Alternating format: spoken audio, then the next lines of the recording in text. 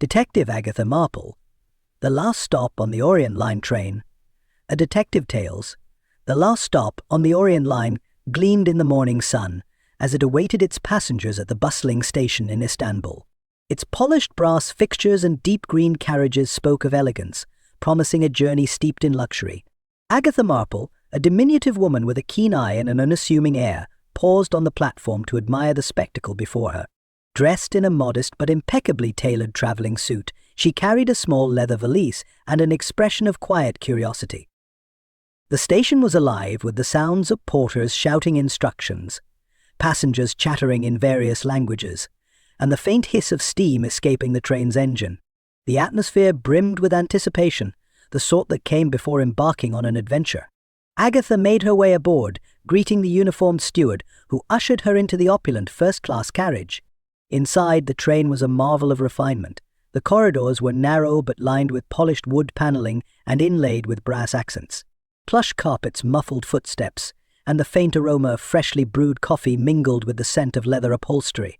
Agatha's compartment was small but exquisitely appointed, with velvet drapes framing the window and a delicate vase of fresh flowers on the table. Settling into her seat, Agatha allowed her gaze to wander as passengers filed past her cabin. A young woman with an air of nervous energy clutched a book, as if it were a talisman. A stately older man, clearly a scholar by his manner, frowned at his pocket watch. A glamorous couple, bedecked in jewels and finery, exchanged whispered words in a language Agatha recognized as French. Each face told a story, and Agatha, posing as a historian, was determined to learn as many as possible. When the whistle blew and the train pulled away from the station, the world outside the window became a blur of sunlit domes and bustling streets. Inside, however, the stage was set for intrigue, and Agatha Marple was prepared to play her role. The dining car of the Orient Express was the pinnacle of opulence. Crystal chandeliers cast a warm glow over the polished mahogany tables, which were set with fine china and silverware. Passengers dined beneath the watchful eyes of uniformed waiters, the soft hum of conversation creating a harmonious backdrop. Agatha was seated near the center of the car, her unobtrusive presence granting her an excellent vantage point.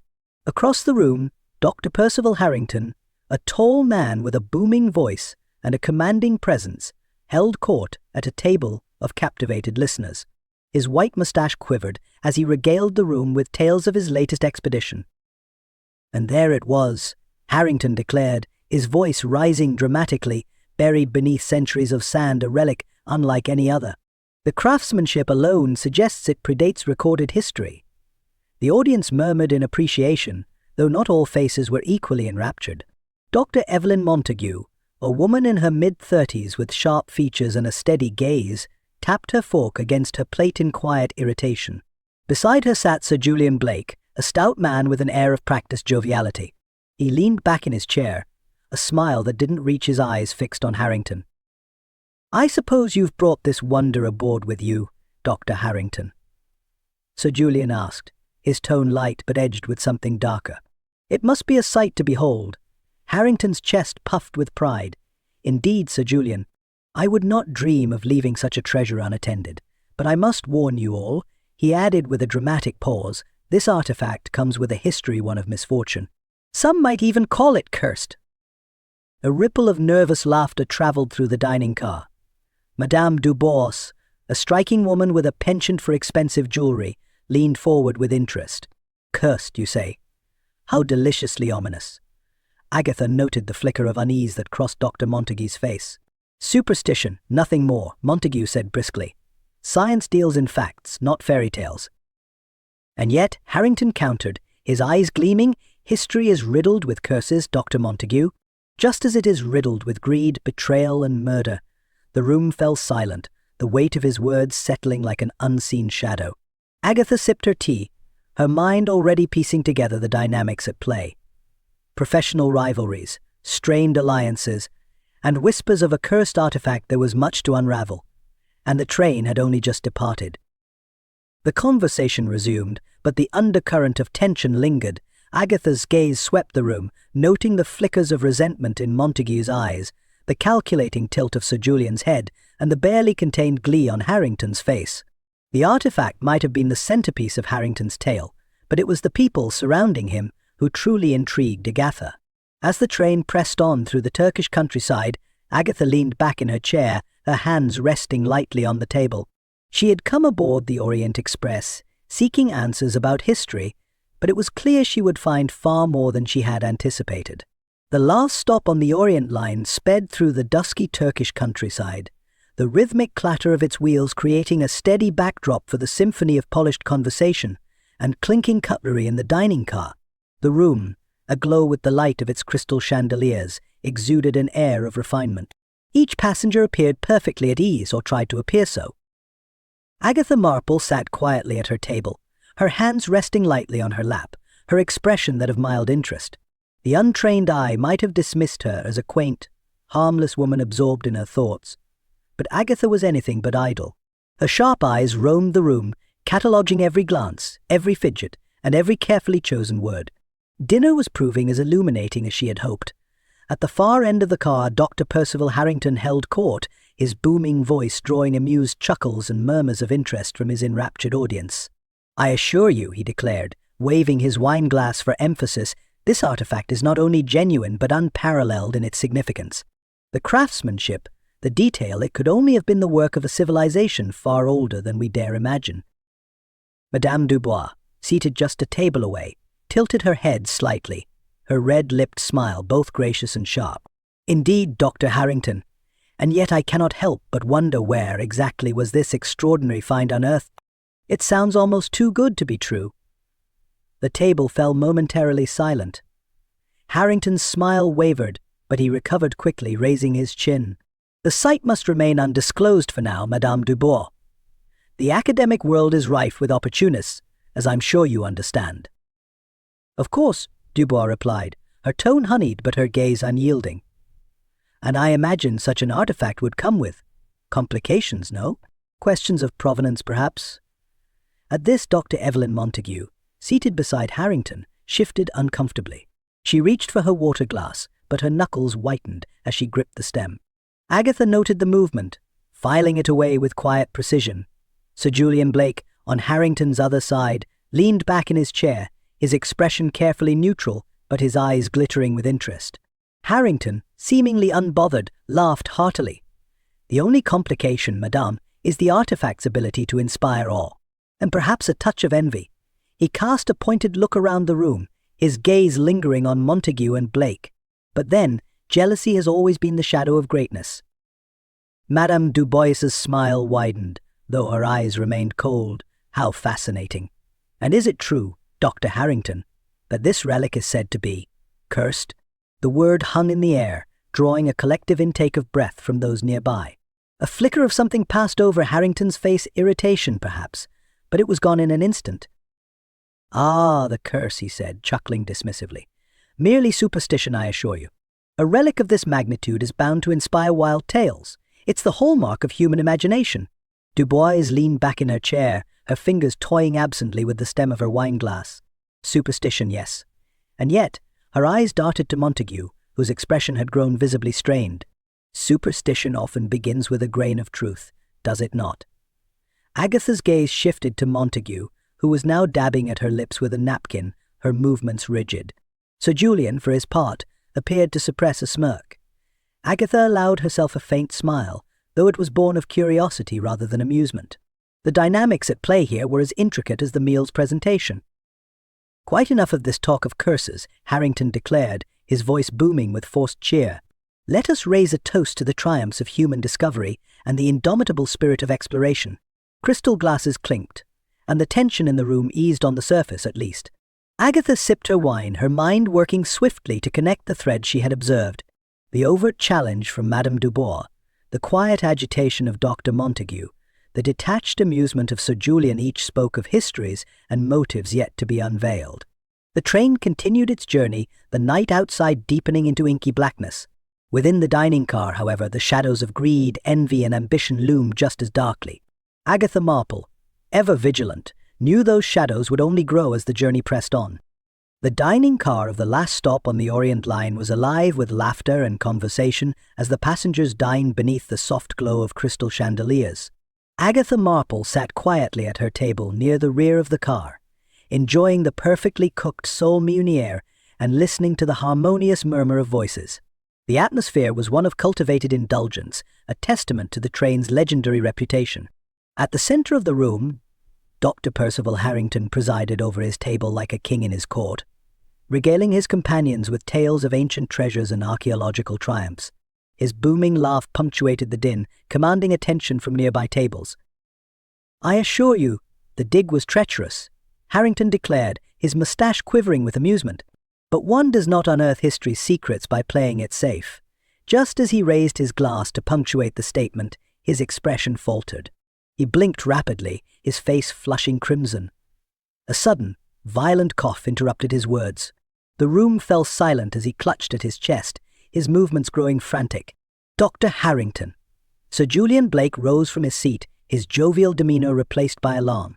Harrington's eyes bulged as he gasped for air, his fingers clawing at the tablecloth. The scene unfolded with agonizing clarity, his body spasms before collapsing heavily onto the table, sending glasses and plates clattering to the floor.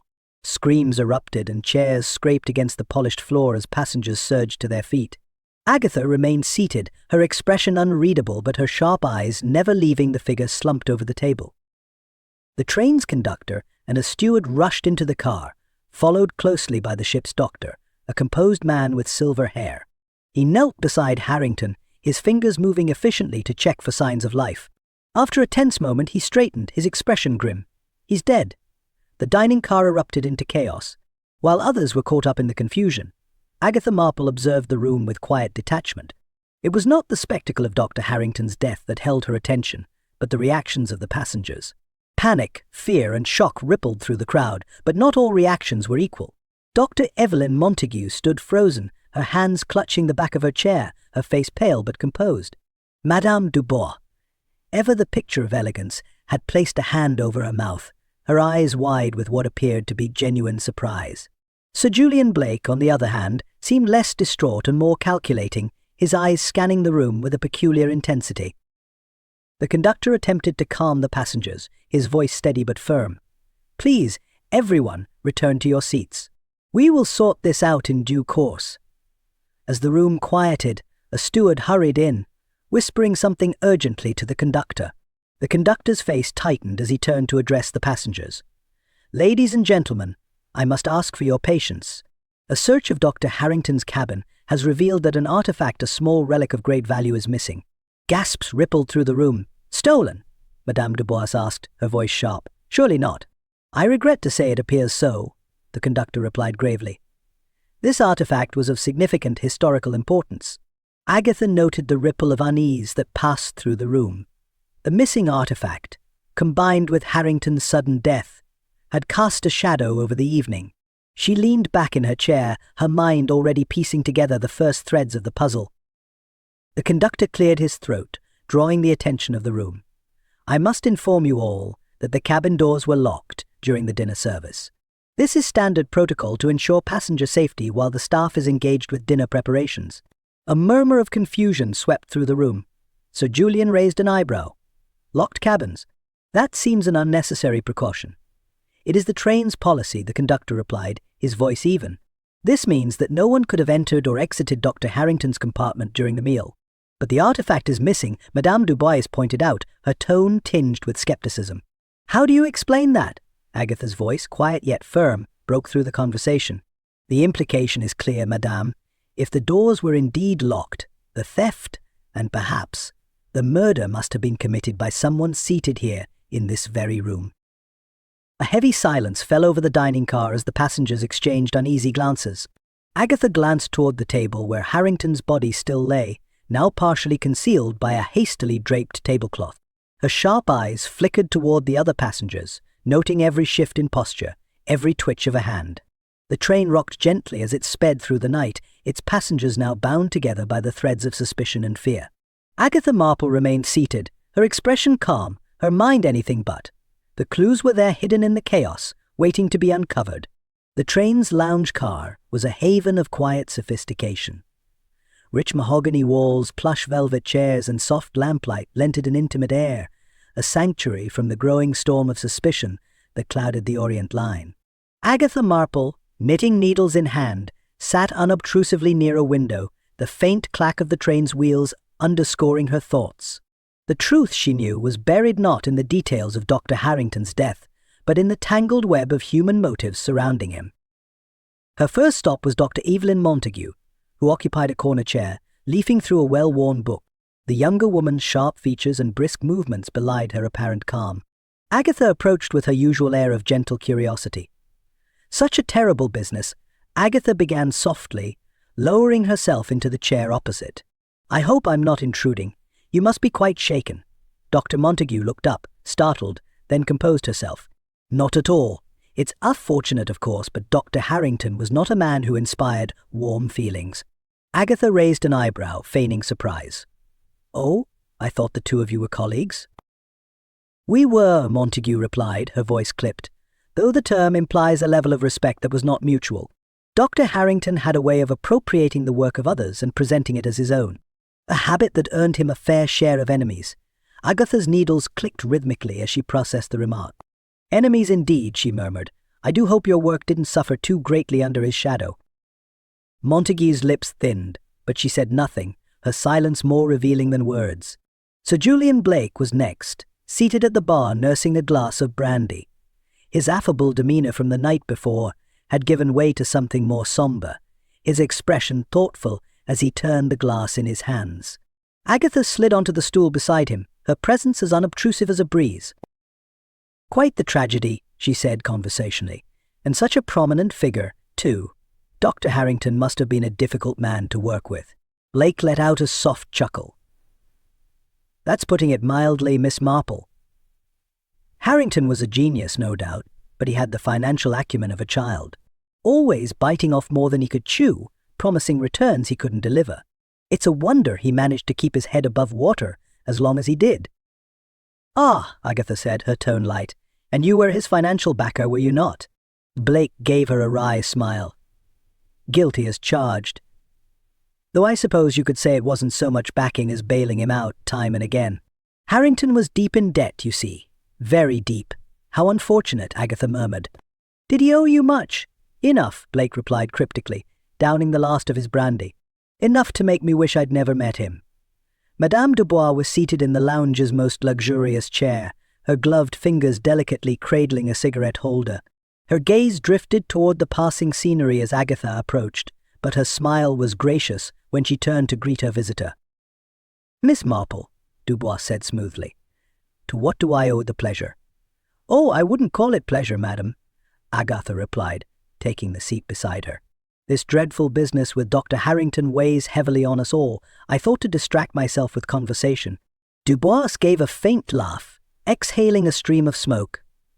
"A wise choice, though I must admit, my thoughts are hardly far from the matter. Dr. Harrington's dealings were not always above reproach." "Oh," Agatha said, her curiosity piqued. "What sort of dealings?" Dubois's expression grew coy. "Harrington's ambitions extended beyond academia, you see. He had a taste for the exotic, particularly artifacts of questionable provenance. It's no secret in certain circles that he engaged with the black market to acquire them." Agatha's needles paused mid-click. "Surely not," she said, her tone carefully neutral. "Surely so," Dubois replied, her smile sharp. "The artifact in his possession, what do they call it? The cursed idol was a prize, certainly, but one he might have paid dearly for. And not just in coin." Agatha considered this, her expression thoughtful. "A man with secrets, debts, and enemies," she murmured. "No wonder he seemed larger than life." "Larger than life, perhaps," Dubois said, stubbing out her cigarette. "But like all men, mortal in the end." As the train sped toward its next destination, Agatha Marple sat alone once more, her needles moving in time with her thoughts. Montague's resentment, Blake's financial grievances, Dubois's knowledge of the black market. It was a tapestry of motives, each thread pulling the picture tighter. Somewhere in that web lay the truth. All she had to do was unravel it. The train rumbled steadily through the Anatolian countryside, the golden light of late afternoon streaming through the windows of the observation car. Agatha Marple sat with her hands folded neatly in her lap, listening attentively to Dr. Evelyn Montague, who had reluctantly agreed to discuss the artifact. "It's called the Idol of Kadesh," Montague said, her tone clipped but precise. "A small carved figure, no more than 6 inches tall. Dr. Harrington claimed it was recovered from a temple site in Syria, though. She hesitated, her lips pressing into a thin line. There's no way to verify that claim. Agatha's keen eyes caught the fleeting bitterness in Montague's expression. You doubt its authenticity? She prompted gently. Montague exhaled sharply. Harrington was more showman than scholar. He knew how to captivate an audience, but his methods were often dubious. The idol's provenance is suspect, to say the least. And then there's the matter of the so-called curse. The curse.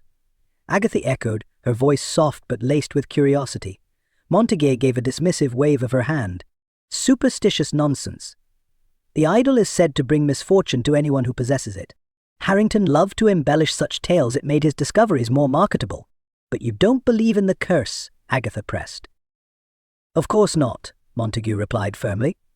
But curses have a way of attracting trouble, especially when artifacts like the idol find their way into the wrong hands. Collectors, dealers, even criminals, it's a sordid business. Agatha nodded, her mind working swiftly. The artifact's dubious origins and Harrington's penchant for embellishment painted a picture of a man who thrived on spectacle. But there was a shadow beneath the glamour, one that hinted at greed, deceit, and perhaps something far darker. Thank you, Dr. Montague, Agatha said with a faint smile. You've been most helpful.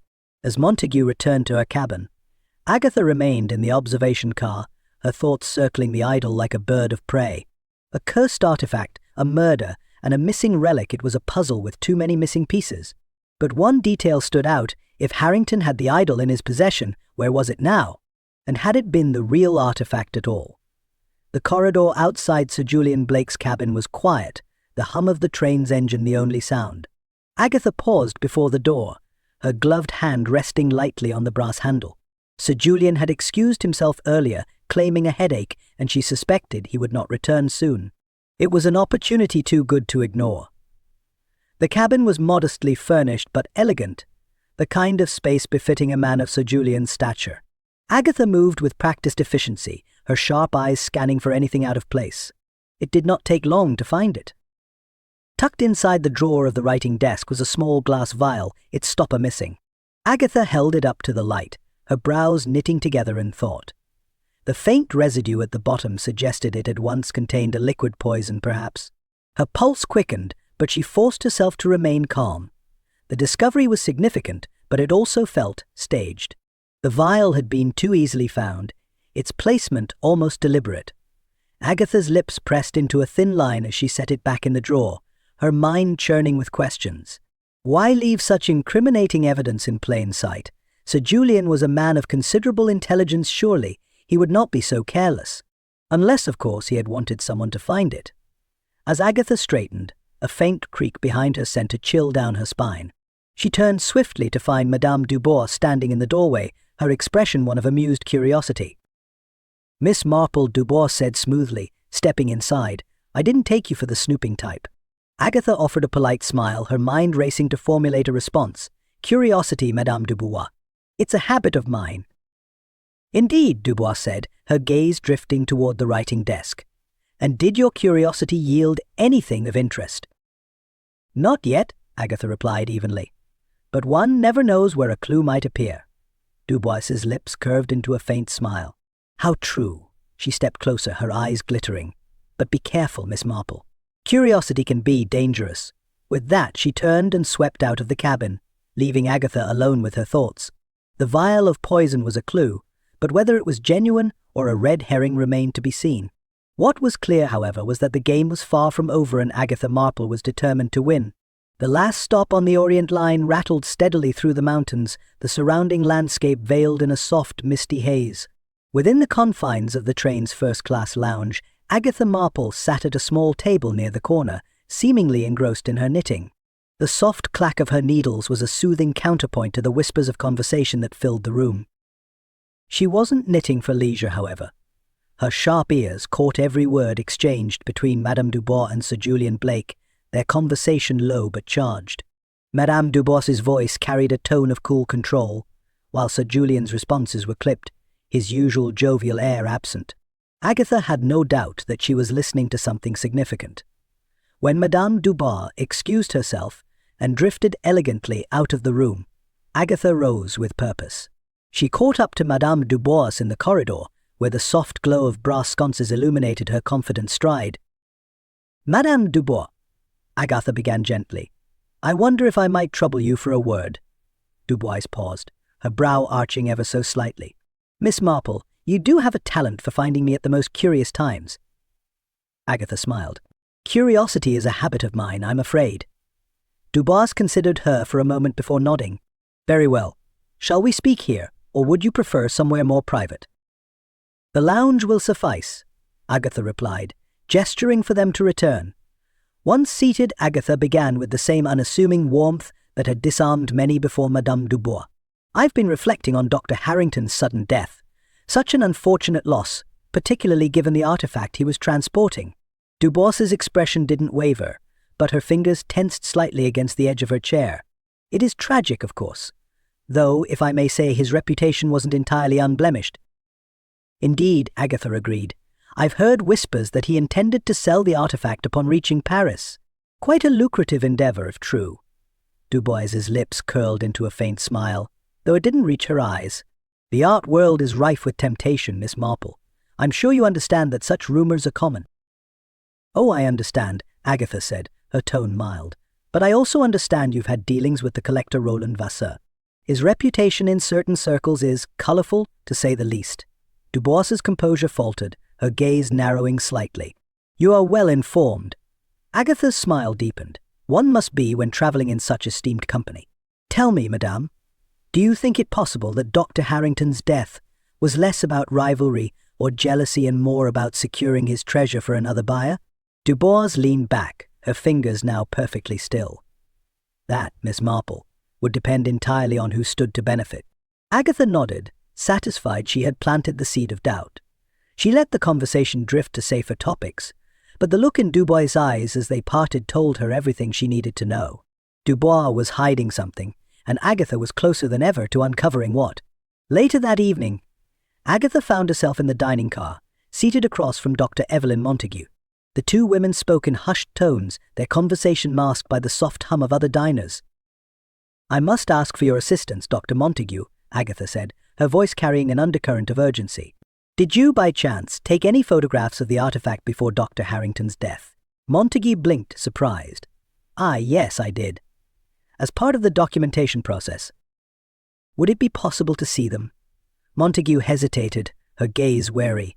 But something in Agatha's steady expression must have reassured her, for she nodded. "I have them in my cabin. Wait here." She returned moments later, a small leather-bound notebook in hand. Inside were several photographs, carefully annotated. Agatha studied them closely, her sharp eyes taking in every detail of the idol, the intricate carvings, the subtle weathering, the distinct mark at its base. "Fascinating," Agatha murmured. "And yet—" "What is it?" Montague asked. Agatha reached into her handbag, producing a folded handkerchief. From it she retrieved a small figure the idol recovered from Harrington's cabin. She set it beside the photograph and leaned forward, her voice quiet but firm. "This is not the same artifact." Montague's breath hitched. "Are you certain?" "Quite," Agatha said, her tone leaving no room for doubt. "The markings are different, the details less precise. This is a replica, and a poor one at that." Montague's face paled as the implication sank in. "Then the real artifact is missing," Agatha finished, "and likely the key to this entire mystery." The train rocked gently as it continued its journey, the rhythmic clatter of wheels underscoring the gravity of Agatha's discovery. The idol switch was no accident, it was deliberate, calculated, and undoubtedly connected to Harrington's death. Somewhere on the last stop on the Orient Line, a killer had taken great pains to cover their tracks. But they had not counted on Agatha Marple. The rhythmic clatter of the train's wheels served as a constant backdrop to the otherwise silent corridor. Agatha Marple moved purposefully toward the luggage car, her footsteps soft against the thick carpet. The weight of her discovery about the idol gnawed at her thoughts, each step pulling her closer to a truth she suspected would not come without peril. The air shifted as she entered the dimly lit luggage car, the faint scent of polished wood and leather mixing with the metallic tang of cold steel. Stacks of trunks and suitcases lined the narrow space, casting long, eerie shadows in the glow of a single overhead lamp. Agatha paused, her sharp eyes scanning for any sign of movement. She was not alone. The realization came as a subtle shift in the atmosphere of presence, unspoken but undeniable. Agatha's heart quickened, though her expression remained calm. Quietly, she stepped forward, her gloved hand brushing lightly against the edge of a trunk. A faint sound, a footfall perhaps, echoed behind her.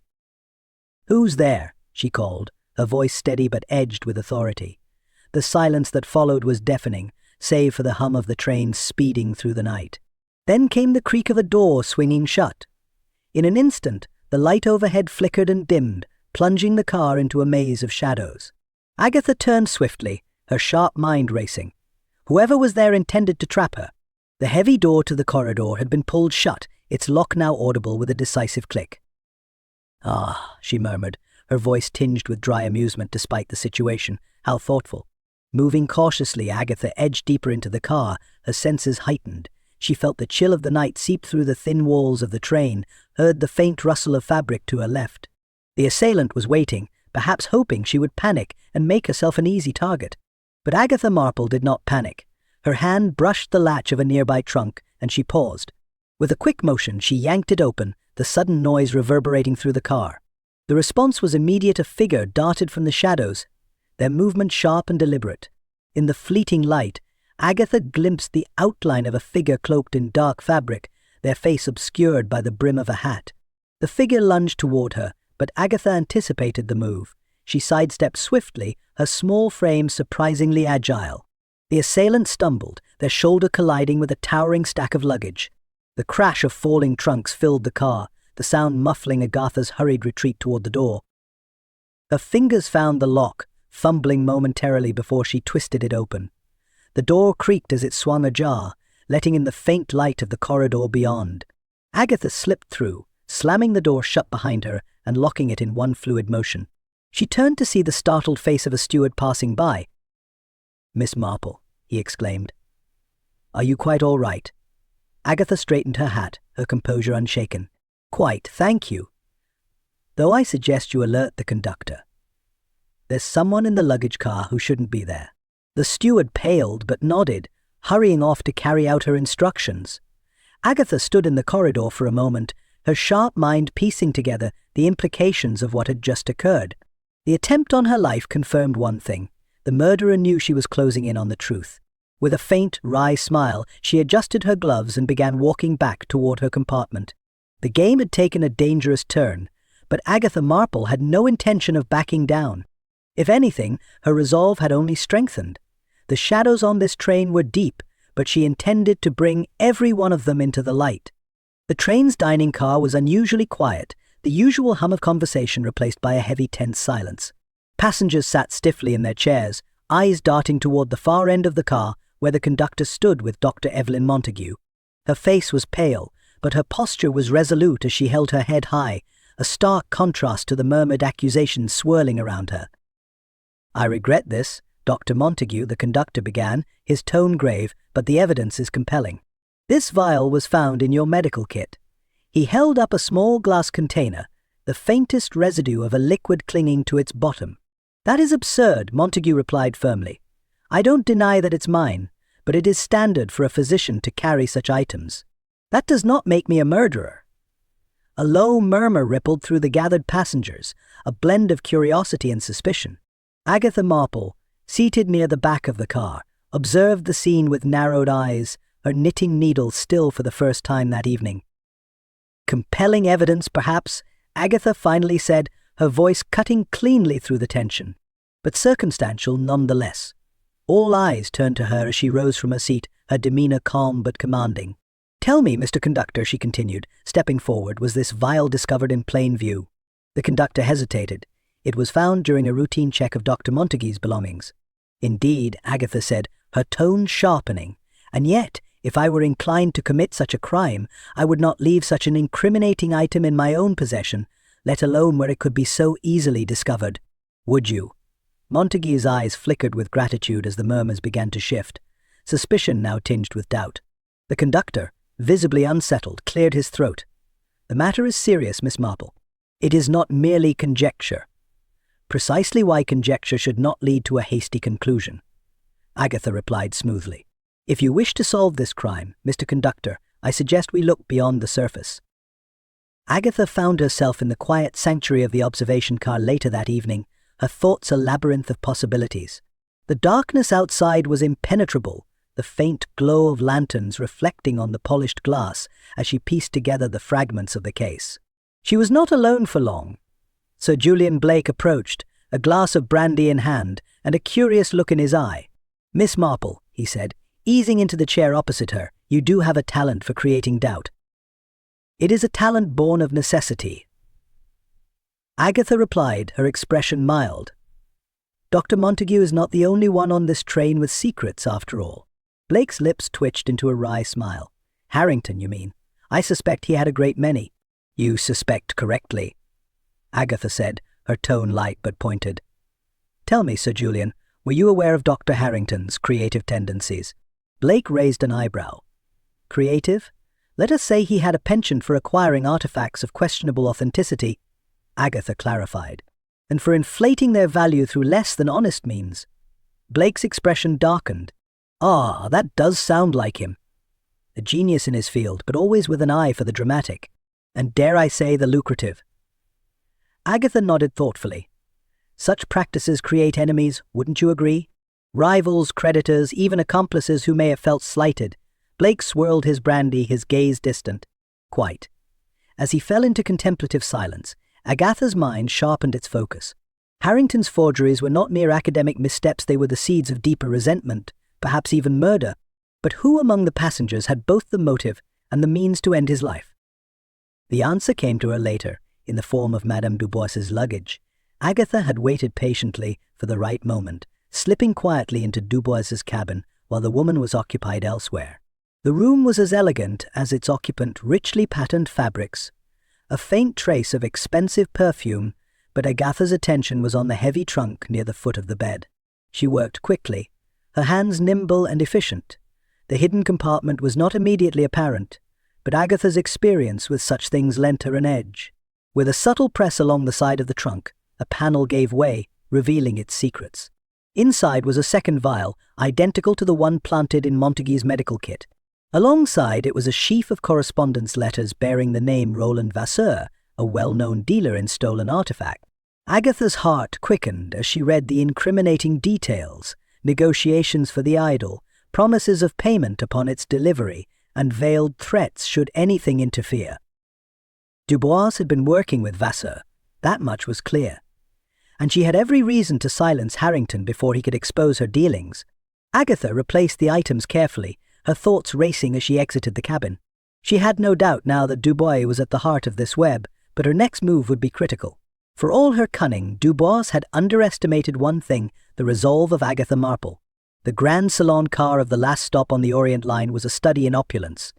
Crystal chandeliers cast a warm glow over the velvet upholstery, and the polished brass railings gleamed despite the muted tension that filled the air. Passengers sat in hushed anticipation, their faces pale against the golden light. At the center of the room stood Agatha Marple, her diminutive frame framed by the grand windows that revealed a blur of moonlit hills rushing past.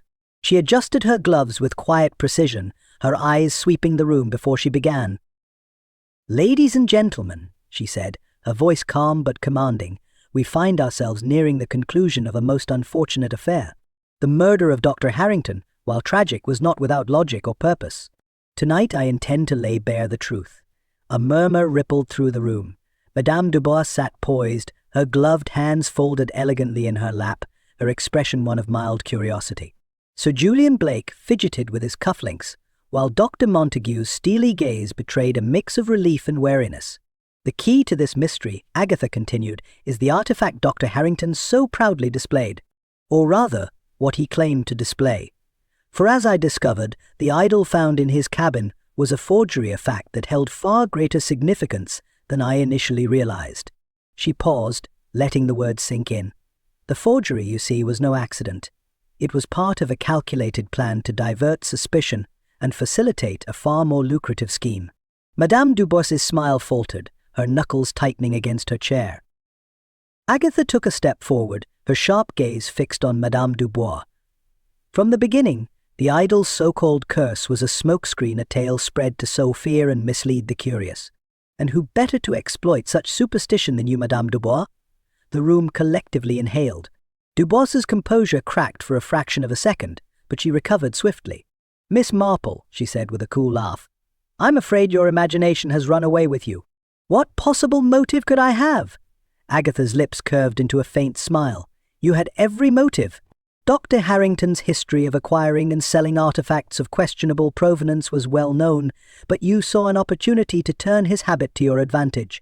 The artifact, genuine and priceless, was switched with a forgery before the journey began. The real idol was to be delivered to a certain Roland Vasseur in Paris. Your correspondence with him, hidden in your luggage, revealed the plan quite clearly." Dubois's expression hardened, but she remained silent. "And the murder?" Agatha pressed on, her tone steady. "A necessary evil to ensure the truth would never come to light. Dr. Harrington's boastfulness made him vulnerable. Poison, hidden in a vial identical to one in Dr. Montague's medical kit, was used to silence him during dinner. Conveniently, it allowed you to shift suspicion onto her. Sir Julian leaned forward, his face pale. "But the vial wasn't it found in Dr. Montague's belongings?" Agatha inclined her head. "Indeed, planted there by Madame Dubois herself. The locked doors of the train made it easy enough to incriminate someone else, especially a colleague who had motive to resent Dr. Harrington." Dr. Montague exhaled sharply, her shoulders relaxing for the first time that evening. "Finally," Agatha concluded, "the relic's supposed curse provided the perfect cover. Who would suspect such careful, calculated greed when a curse could bear the blame?" The train slowed as it approached its next stop, a quiet station bathed in flickering gaslight. Madame Dubois, her face pale but composed, rose as the train's conductor and a pair of uniformed officers entered the salon car. "You've no proof," she said, her voice cold. "On the contrary," Agatha replied. "Your letters to Vasseur, the hidden vial of poison, and the forgery itself are proof enough. Justice, Madame Dubois, does not require a confession-only evidence." The officers escorted her from the room, leaving the remaining passengers in stunned silence. Agatha returned to her seat, where her knitting lay waiting. The familiar clack of her needles filled the air as the train resumed its journey, the tension slowly dissipating. Sir Julian approached her, his expression a mix of gratitude and disbelief. "Miss Marple, how did you piece it all together?" "Observation, Sir Julian," she replied with a faint smile, "and a habit of noticing what others overlook. Greed and ambition have a way of revealing themselves, even when one tries to hide them." As the train neared Paris, Agatha gazed out at the city's approaching lights. The ordeal had ended, but the lessons it carried lingered. The human heart, she mused, was capable of both brilliance and folly, and it was her task to untangle the two. With a final glance at the passengers, each now carrying their own truths, Agatha Marple resumed her knitting. The train rattled on, leaving behind a trail of secrets, lies, and justice served. "Thank you for sticking with me until the very end of this story. Your support means everything, and I truly appreciate you taking the time to dive into these detective tales with me. If you enjoyed the journey, don't forget to like the video and subscribe to the channel for more stories filled with mystery, intrigue, and unforgettable twists. There's plenty more to come, and I'd love to have you along for the ride. Stay tuned till the end to hear more of the implausible adventures of the masked monster. Your engagement helps the channel grow, and I can't wait to share even more thrilling cases with you. Let me know your thoughts in the comments. I'd love to hear what you think, or which mysteries you'd like to see next. Until the next case, stay curious and keep an eye on the shadows.